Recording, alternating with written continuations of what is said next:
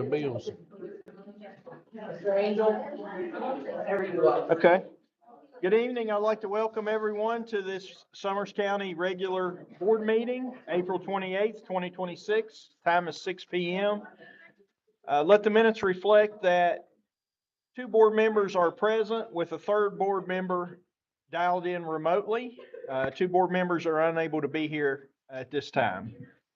I would like to ask at this time, we have a lot of students in the room, and I'm not going to pick any out, but I would like to ask all the students in the room with us if you would lead us, please, in the Pledge of Allegiance.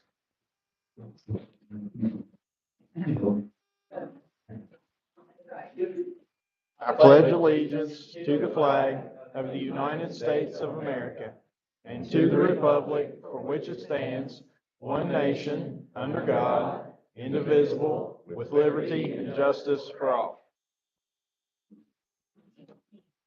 Thank you.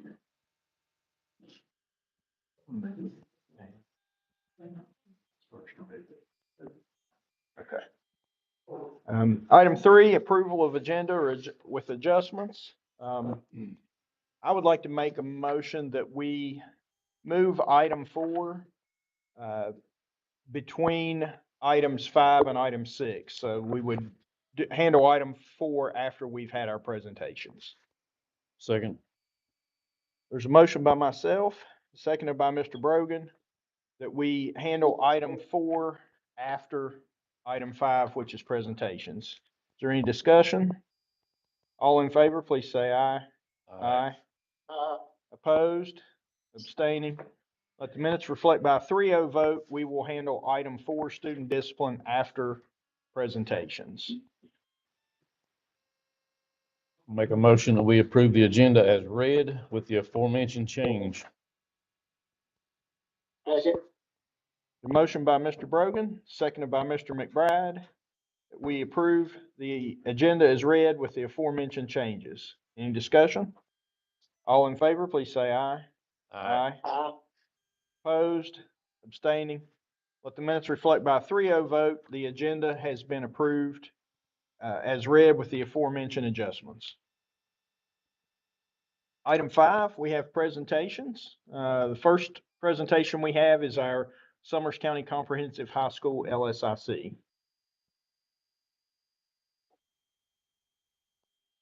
Good evening. Good evening. This evening, I have with us several individuals that reflect what we are working to do to make Summers County Comprehensive High School the heart of the Bobcats.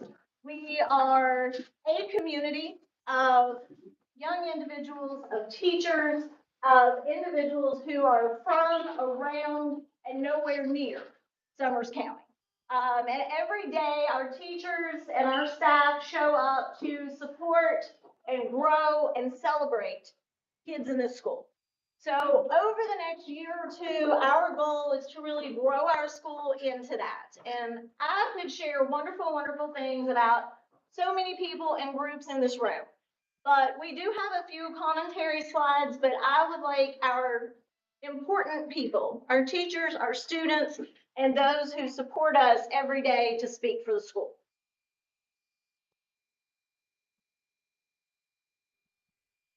So our mission at Summers County Comprehensive High School was created a few years ago with surveys from students and parents and teachers, and we tried to drill down and align our goals into a simple sentence that's a mission. But it's not really simple, but it's very much based in what we think is common sense and creating strong foundations for success.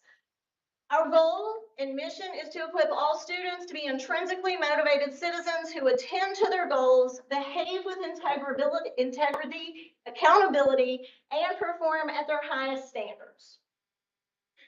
Now, what we have done is we have aligned those 3 words, attend, perform, and behave, to kind of be the basis of our foundation of where we are and where we want to go.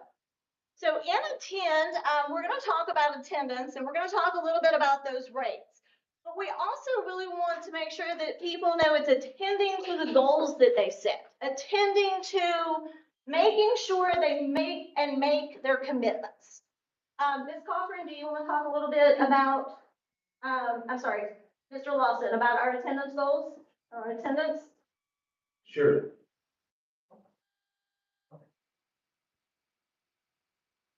You guys can sit and see the chart there on your own. I'll go first of all, increased attendance rate of 93.1, decreased chronic absenteeism, 32.05. One thing we do have going on, students leave when given opportunities, club wellness, conference, et cetera. Sometimes they take an entire day for a doctor's or dentist appointment. Also teacher attendance, how an absent teacher impacts overall class structure. Attended goals, when you are at school, you have the available best chance for learning and opportunities. To help students identify where they want to go and to help them find a way to get there. Some of the questions that our data does raise, as you can see, is why do students want to sign out when we have clubs they choose? Also, how to reach and trust with families that we want them to be involved. Now, we are here to serve the community. So we'd like to know, how best we can assist them.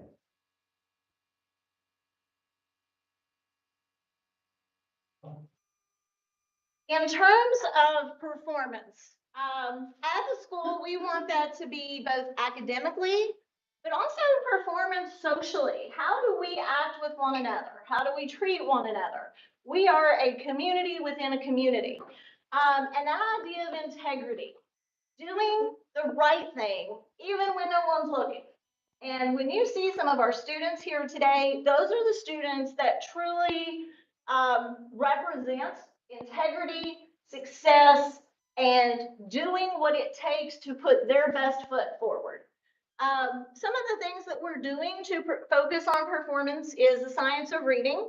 And when we started looking at science of reading and standards and what we wanted students to be able to demonstrate, we checked and made sure that we're working also with aligning the rigor of the standards in our lessons. We're using core class time, intervention, and skills time to increase that mastery.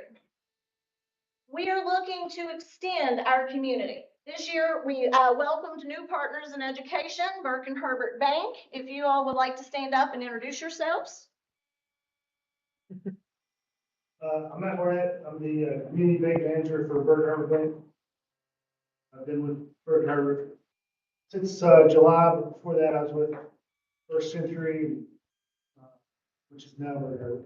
I have about 25 to 30 years in the banking industry.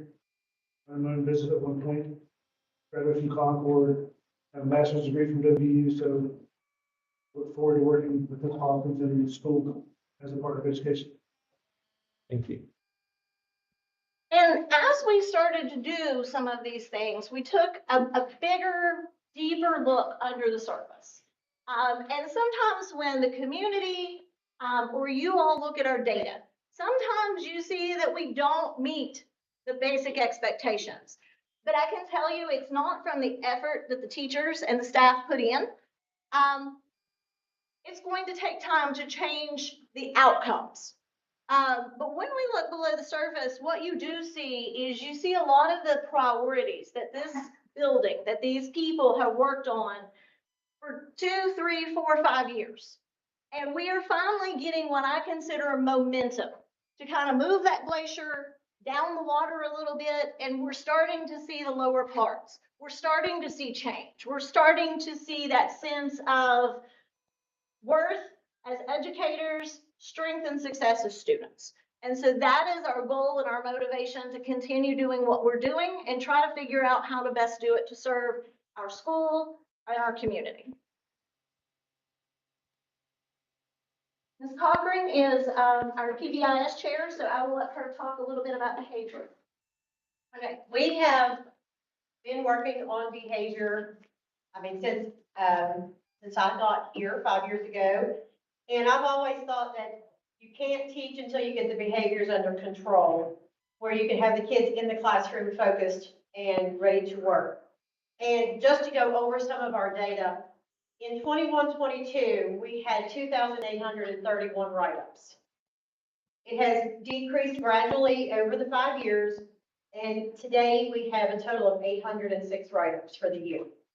So we will come in under 1,000 write-ups That is a decrease of 71.5% in write-ups in 5 years.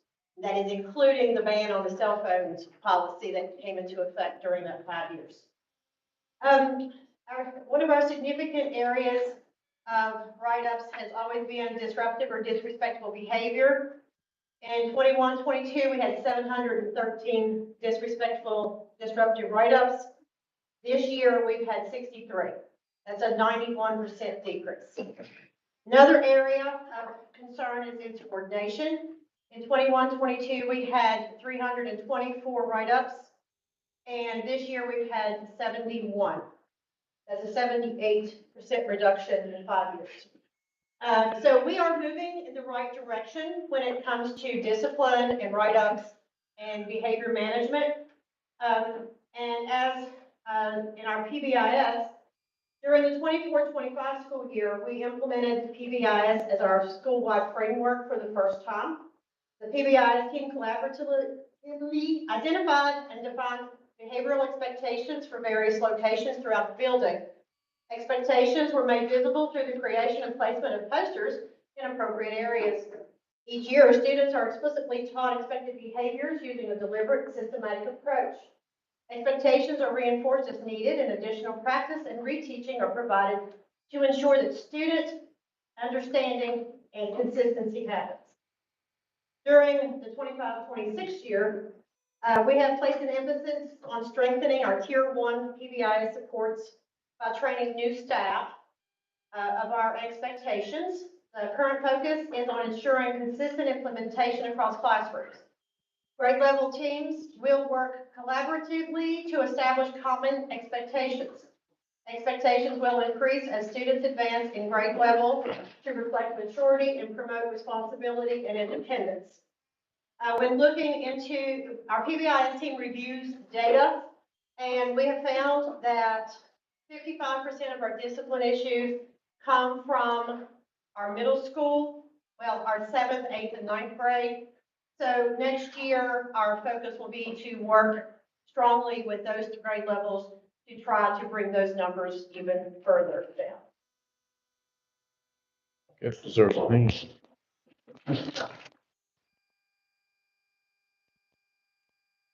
The areas of priority, as an administrator, for me is engagement and leadership for all. I want each student to walk in, whether it's a classroom or it's a club activity or it's a CTSO, that they can be engaged in what it is that they love. And that engagement can come with opportunities for leadership and personal success. So in my terms, that's showing everyone what and how well we know something. Whether that's on our benchmarks, which we have done 3 benchmarks this year at our middle school. We have done 2 benchmarks at the high school level, and we're gathering up next week for the testing week for 6th, 7th, 8th, 9th, and 10th for our final benchmark. One of the things we're excited about is that we are going to have all of that folded in with data from presentations and clubs that are student-led. Our CTE program is going to present here in a second, and you're going to see a lot of opportunities for kids to take those roles and to change whatever it is they want, whether it's they want to go to college, they want their first job, they want to go into a career tech field, and then they have an idea on how to build on that so they can have a career and a future. Work-based learning is something that the CTE programs have really worked to implement this year, and we have increased over our hours from 0 last year to over 1,000 work-based learning hours this year. That is not the full intent, and we still have teachers who are adding to that every day. I know when they do the greenhouse, they're going to have lots of hours involved in that. After testing our middle school to go along with that PBIS, we are going to start looking at executive functioning, organization, and note-taking so that we can prep them teach them some basics. So when they come back to us next fall, we can really start making sure we're utilizing that to the fullest extent, for them to get the learning that they need from the content that's presented. PBIS is, again, she mentioned setting grade level expectations for next year. And next year, Ms. Schaefer, our coach, as well as myself and the administrative team, are going to look at doing data talks and goal setting with our students. CTE, we're going to look at simulated workplace, which is where each of our programs sets up a company or a project or work learning opportunities to reflect what it would look like in the workplace. We're also going to look and have the students talk a little bit about recruitment to their programs. We are implementing B&I reviews, which means business and industry leaders that serve on their councils come in. Tell us what their classrooms need. How close is it to what this industry would function as outside of the school? So that our students can learn with the best of the new technology and the consistency of industry determined processes. We're also applying for a Project Lead the Way grant so that current middle school students will have a better opportunity to do exploring CTE classes next year. But this year we have offered Discover Your Future, Future Careers, and West Virginia Tourism. This summer, several people will be involved in developing a CLNA, which is a state and Perkins federal required program assessment, basically, an evaluation that looks at the standards, what kind of jobs we're providing kids, and how many of those jobs are actually available in our area, being Summers County and the surrounding areas. That way, we work step with the industries to make sure we're helping to build a good workforce. So CTE, would you all want to start presenting? Ms. Duffield, introduce your kids and what you've got going on.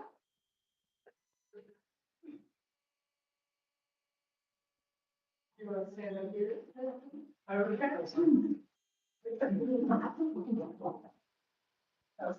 Great, how are you doing? Shut the door. So I have three wonderful agricultural science students / Summers FFA members to speak to you today. I'm not doing the talking. We have Lane Bragg, Isaiah Farmer, and Riley Richmond. They're going to tell you a little bit about their CTE pathway and where it has led them thus far in their lives. I do want to brag on Riley, Lane, and Morgan, who is not here. These three will be receiving their West Virginia State FFA degrees this July at the West Virginia State FFA Convention at the fabulous, glorious Cedar Lakes, which is the highest honor that the West Virginia FFA can bestow upon an FFA member. A lot of work goes into it, a lot of hours, a lot of AT hours, a lot of extra hours beyond school. So I'm going to brag a little bit about that. So I will, what you guys have. So as Ms. Duffield already mentioned, I'm Lane Bragg. I'm Vice President of our FFA chapter. And what this program has done for me, I cannot put into words. Through the simulated workplace, you can see everything that we've done in our greenhouse. You can come over Sunday and see it for yourself. The pathways that this has given me has led me to meet some wonderful people in the national park industry. And it actually led me to be able to obtain a job there this summer, working as an intern, making $600 a week. I killed myself at Pipestone State Park this year, so.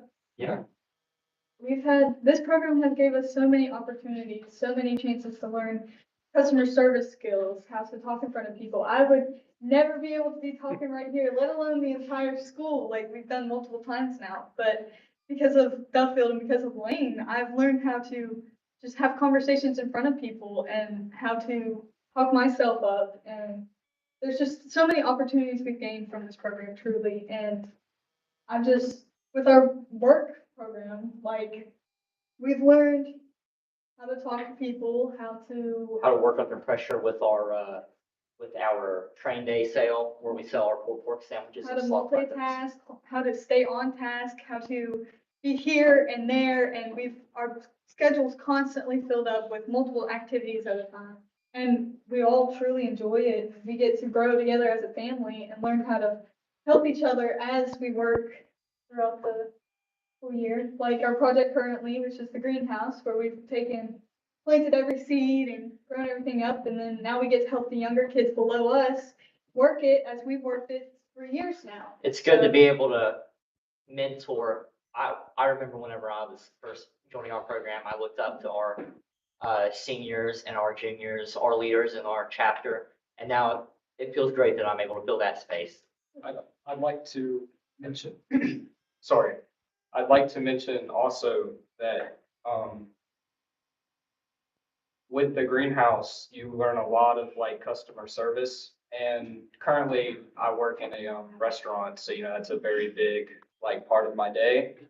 So being a part of agriculture and just being able to talk to people really, boosts your overall confidence when speaking to another person. So I really appreciate being given the opportunity to work in a simulated workplace such as the greenhouse. And I would like to add, we do have a gift to show our appreciation to our board from our greenhouse. This is just a small sample. Before you schmooze to sell. Yeah, come see you Sunday. Thank you. 4.5 square plots, but they're Someone that comes to us on that. A very large planter full of those would look fabulous on your porch. And I know just where to get those this Sunday, starting at what time? 8 o'clock. We had a few other members.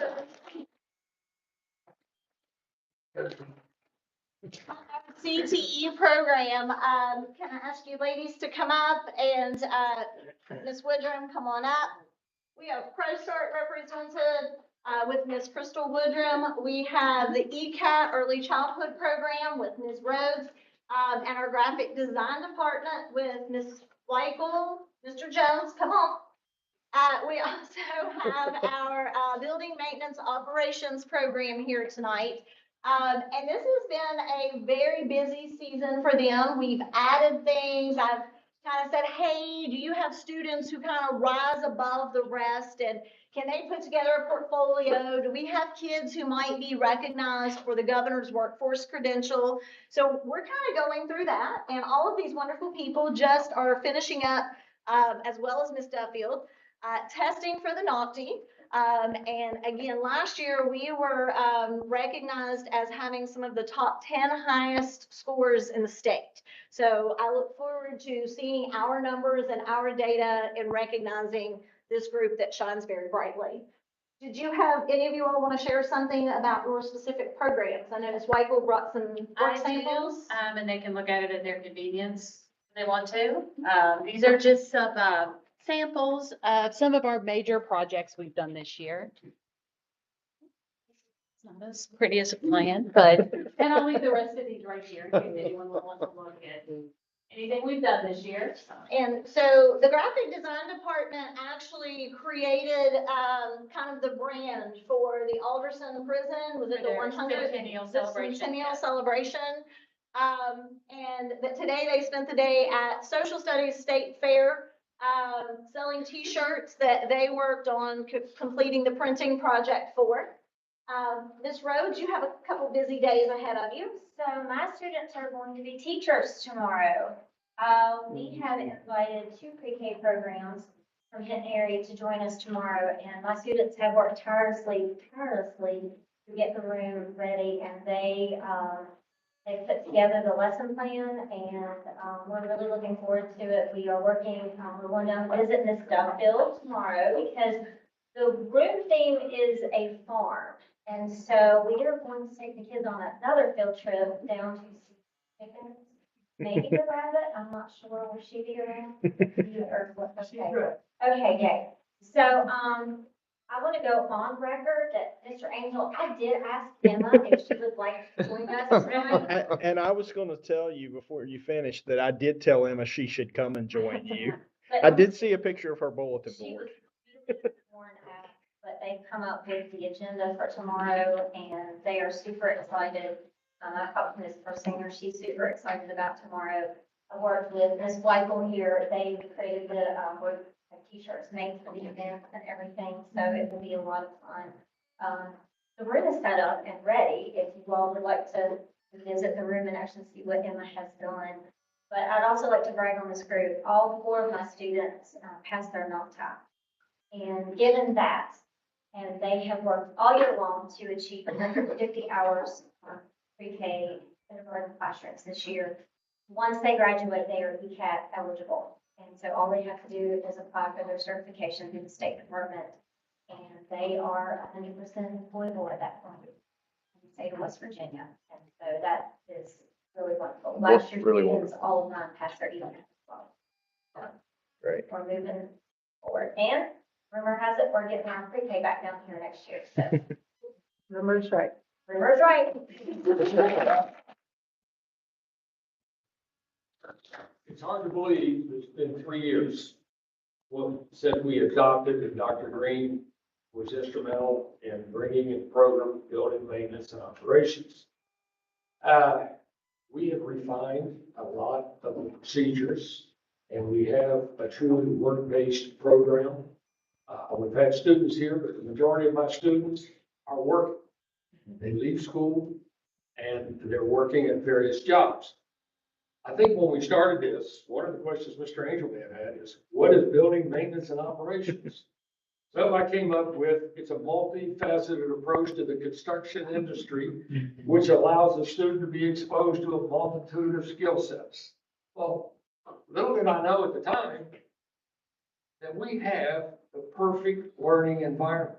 This campus provides students with daily challenges. We've done everything from painting, ceiling tile replacement. Some of the landscaping you see out here, my students have done. Okay, but we also approach it not only as a skill base, but the academic component. But more importantly, particularly with our students, we stress socialization, what the employer expectations are, what we need to do to satisfy our career objectives.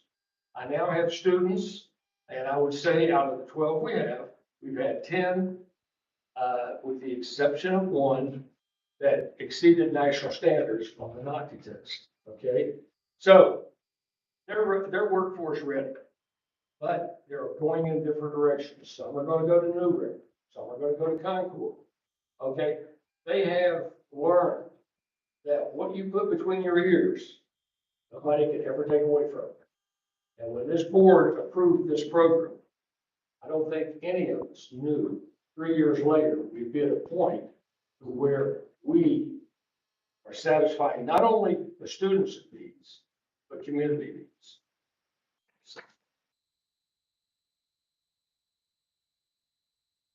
Hi, I'm better at making food than talking to other people. So, this is one of our first Start 1 students, so I'm actually gonna keep her next year as well, Ms. Sydney.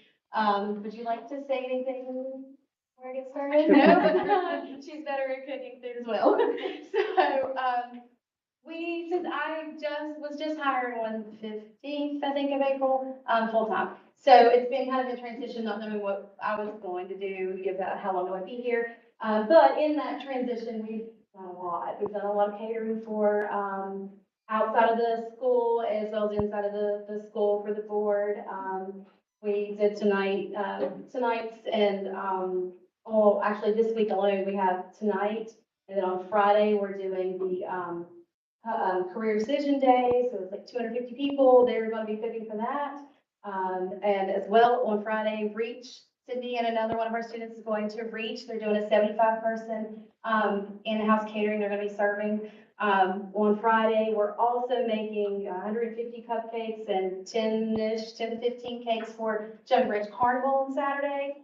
And prom cupcakes. We're making cupcakes for prom. So that's this week in a nutshell. So they've been hard at it this weekend and pretty much every week. On weeks that we don't have such crazy busy caterings, we do sell to our teachers. We do teacher lunches. We've done at least 10 of those so far. We try to do something different every time we do it every week. And then next year we have some big plans that you know, and see, if it falls into place, but, we have some hopefully big plans coming, within the next year. But that's us. So I appreciate each and every one of you all and your students for the CTE component. If you would switch that just real quick, the next slide. This is our CTE data for the NOCTI that they have been working on from pre-test to post-test. Generally, the average for the nation, all of our students exceed the national average. All of our student programs exceed the state workforce entry requirements. And obviously, as you can see, some of our programs scoring in the 80 to almost 90 range are well above the basic expectations. So all of what they have shared with you goes into the culture, and I don't want to take too much more time. However, people have come out tonight to share their stories with you. So if I could have Ms. Kim Cox come on up, Ms. Shirley Vandal, have you on deck, and Ms. Christy Schaefer. We'll try and wrap up for the most part, just a little short dive into what we do every day here, to hopefully have a positive impact. I'm just gonna talk really quickly about a pilot program that we started this year called Project Ready, that focuses on making sure that our seniors are ready for whatever it is they are doing after high school, whether that's entering the workforce, into a career technical school, the military, or to a four-year university. I wish I could take all the credit and say that this is my project, but this was thought up by Ms. Andrea Richmond. Anyone who knows her knows that she's very creative and hardworking. So she came to me a little bit before Christmas and said, what do you think about getting together and coming up with milestones that our seniors could reach in order to earn distinction as a Bobcat, Project Ready Bobcat, or Project Ready champion? So it's kind of hard to see. I don't know if you can zoom in or not, but anyways, I'm gonna get closer because I can't see. Basically, we have three different like subject areas, and the students have one required milestone that they must meet in each area. So the required milestones are being registered to vote, completing the FAFSA, and attending the wellness conference. So any student who reaches those three milestones, they were considered a Bobcat or a Project Ready Bobcat.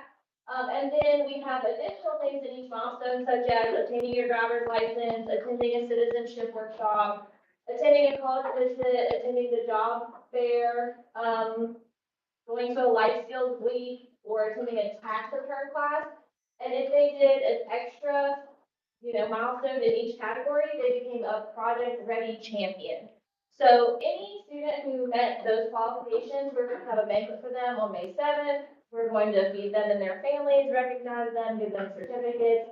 They also get cords at graduation. And then if you guys know anything about seniors, they love cords. They have to have every one of them. So it really inspires them to reach all these milestones. And then those who become Project Ready champions are actually put in the drawing to win a $100 scholarship. Obviously, this is a lot of work. It takes a lot of funding. Since this is the pilot year, we kind of jumped right into it. And we were only able to do this because of like donations from sponsors, and some of those sponsors were even the advisory teachers or the administrators in this building. So we think it's been really helpful for our students. We just want to see them succeed when they leave here. But like I said, in the future, we hope to add even more to it and make it even more, meaningful for them. That's all.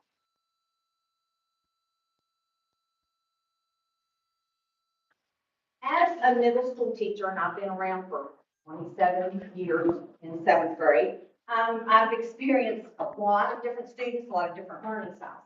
And so through our PLCs, we've talked about different ways to assess students, different ways to try to get information across. So this year I have, on each unit I've done some type of different assessment to see which ones, the students did better on. And then I've also given them a choice.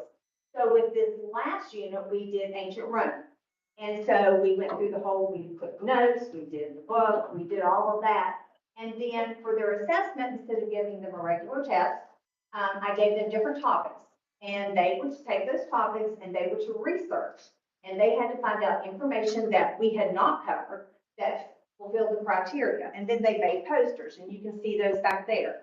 And we had a rubric that we went by. They had to explain it. They had to have key facts. They had to have vocabulary. They had to dive deeper into the text. And then they had to have some type of visual representation. And we worked on those for a week. And some of them even did more than one. They enjoyed it so much. So they were able to print out pictures. They could draw. They could color them, do whatever they wanted to do. But I told them the basic thing I was looking for was the content. And they really, really liked that. Another assessment we have done is where we've taken vocabulary, and instead of writing the definition, they had to draw a picture where they had to act it out to show what they meant, rather than just having to define a word and having to use it in a sentence. So we're trying to find different ways to engage the students and make them want to be interested in this stuff. You know, they said, you know, what do we care about these dead people from thousands of years ago? But they really have been able to take it and tie it to what's happening in the world today. We've talked about Judaism and Jews, and we've related that to what's going on in the Middle East. And we looked at current events and tied those back. And they have actually taken a lot of it and gone back through biblical text to tie that in, to see where it is real world, and it does apply to them today. So they have really enjoyed that. So next week, not sure what we're going to do. I think they're going to do a play based on some of the Greek tragedies. That's our plan.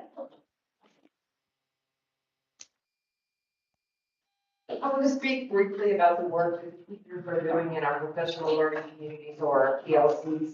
What we're focusing on are the standards for effective teaching. Standard number 1 is a clear and focused mission. Teachers have been working on strategic goals. They determine the weaknesses based upon student weaknesses based upon their benchmarks, and create with the data created action plans for improvement. Instructional leadership is the second standard. And we have, you just saw examples of our CTE programs and our work-based learning. Our math team has asked to start an initiative where they're using Khan Academy. The teachers are driving these initiatives. We're working on increasing student leadership roles in our building. High expectations for success. Teachers, they have their learning targets based on their standards. They're communicating those, they're posting them, they're referencing, and where students understand what they're supposed to learn and to do that day. We're taking a look at our assessments. Are we reaching our standards? Are we getting our kids, are they performing where they need to be? One thing that we're working on is more accountability for our assessments. Our positive and safe environment, our PBI, is our positive behavior program. We have incentive cards. We have school-wide expectations. Equitable opportunities to learn and effective instruction. Mrs. Vandal just went through that.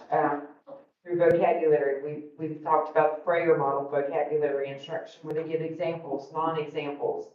Our math team has also started math notebooks. They're starting that in 6th grade to carry on through 7th, 8th, on into high school. We have writing rubrics that we're looking at school-wide. We're working on that now.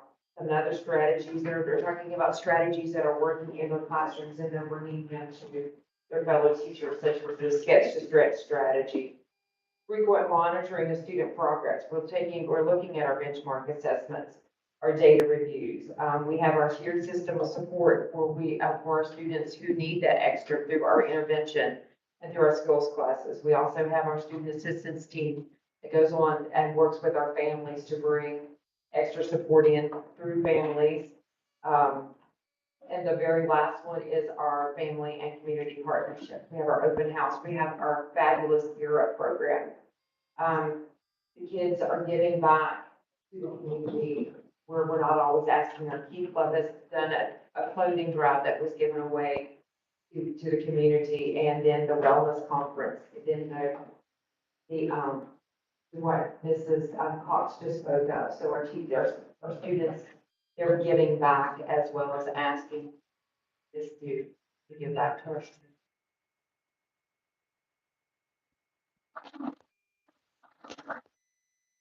And with our last slide, it will just show some opportunities where our students have risen to the occasion and grown their programs and grown themselves. And if every single person in our school staff, our students, would just stand up and give these guys a round of applause because they do the hard work every day.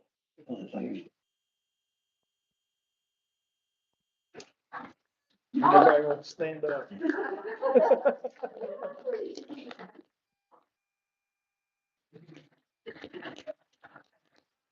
You guys have any questions for us? I don't have a question, but I do have a comment. I'm just so appreciative of the teachers and the students that have come and presented tonight. As a board member, guys, we don't get a lot of good news. When our phone rings, unless Mr. Angel's different, it's usually bad. And why'd you do this? Or how you gonna do that? And what are you doing? And, you know, it's always bad. This tonight, and I've said this time and time again, what happened tonight or what's happening tonight makes it worthwhile. This is really good and I appreciate it.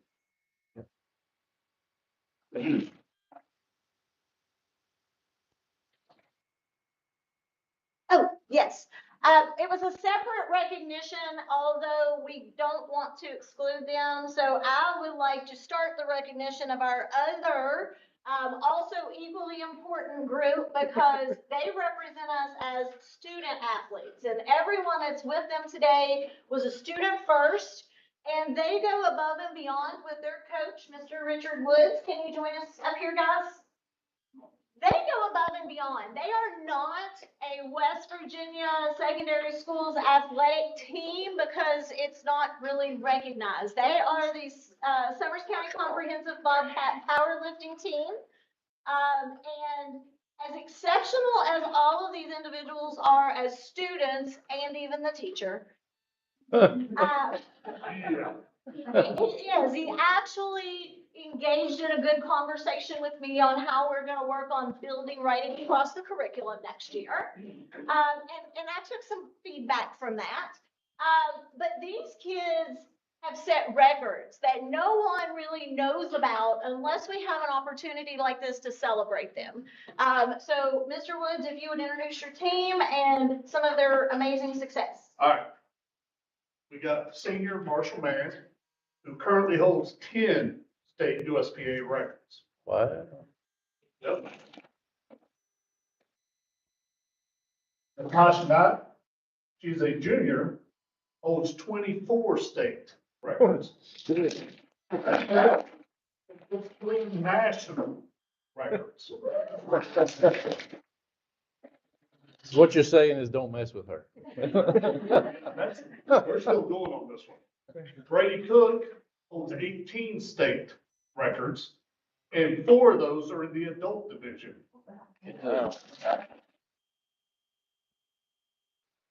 And Bailey Richmond is a sophomore. She's the youngest on the team.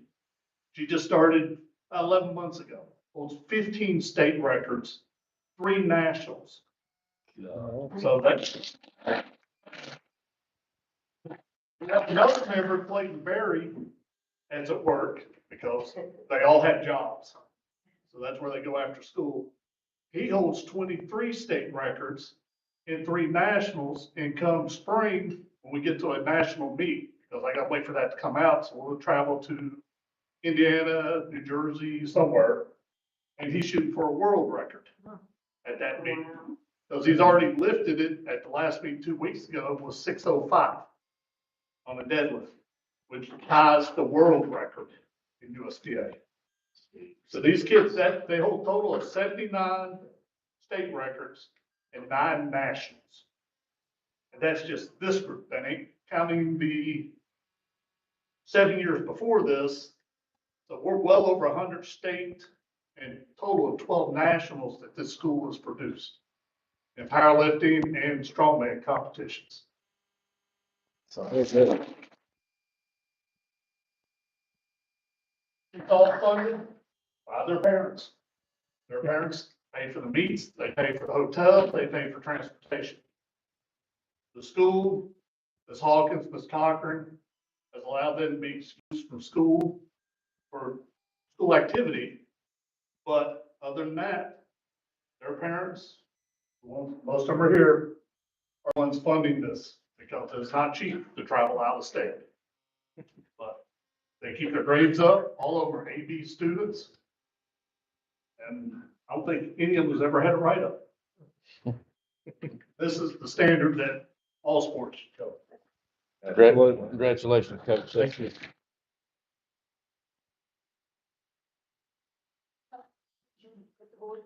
Can I get a picture of you guys? Picture.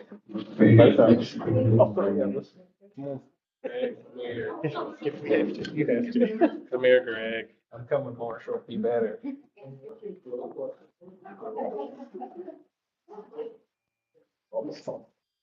I'm talking about me in the back here.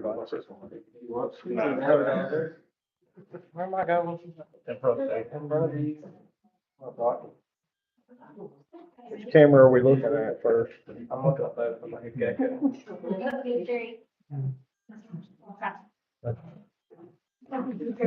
Congratulations.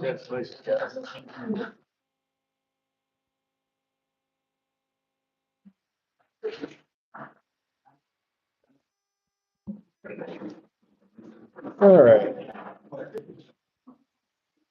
Hey, guys, I know that we've had a really long meeting and I apologize. Could I get my students to get one more picture with you? that Sure. Came to show up tonight. Sure.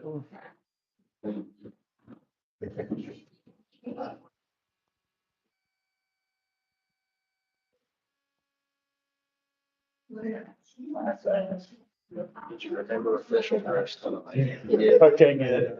Very, very long call.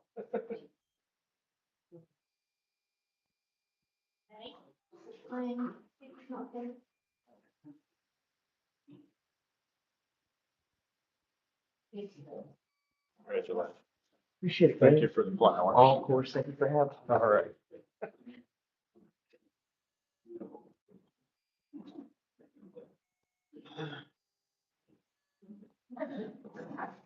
All right, next item, we have our Summers County School Teacher of the Year.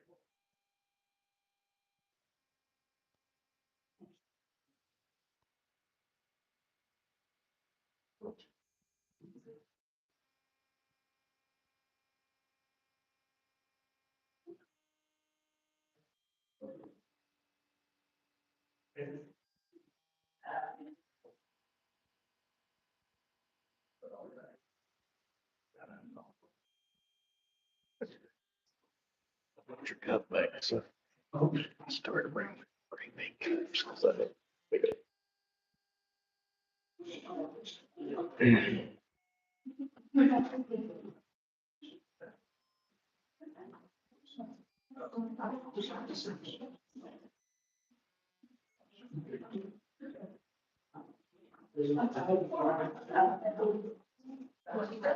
Dr. Knott, do you all want to go through all these? Okay.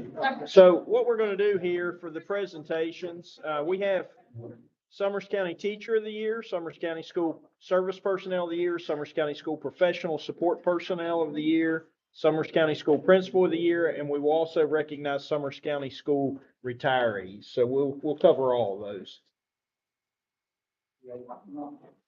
All right, so first we'll recognize the nominees who participated in the interview process from Penn Area Elementary, Ms. Brianna Miller. From Summers County Comprehensive, and if Ms. Brianna Miller, if you will come up and be recognized with the board and Dr. Knott. Right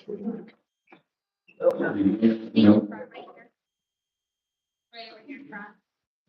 Thank you. Oh, hey, Greg, will you turn off that Yep. TV?